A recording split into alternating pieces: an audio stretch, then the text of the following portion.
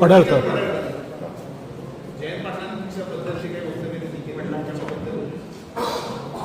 आता व्यक्तिगत शंभूराज देसाई म्हणून जर या ठिकाणी आपण म्हणाल तर गोपीचंद पडळकरांचं वक्तव्य 100% चुकीचं आहे.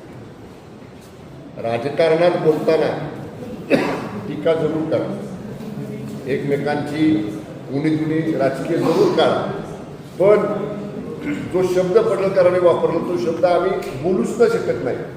अशा पद्धतीचा उल्लेख व्यक्तिगत त्यांच्या व्यक्तिमत्वावरती ताशोरी ओढणारा अशा पद्धतीनं जो गोपीचंद पडळकरांनी वापरला तो मला म्हणजे मी बिलकुल आम्हाला तुम्ही खटकलेलंच आहे, बिलकुल योग्य नाही. आणि जरूर ते शेवटी आमच्या महायुतीमधले एका पक्षाचे आमदार आहेत, विधिमंडळातले आमचे सहकारी ते आहेत, तसे मान्य जयंत पाटील साहेब सुद्धा आहेत. पण या बाबतीत अशा पद्धतीचं वक्तव्य राजकीय टीका करताना लोकप्रतिनिधी करणं योग्य नाही एवढंच.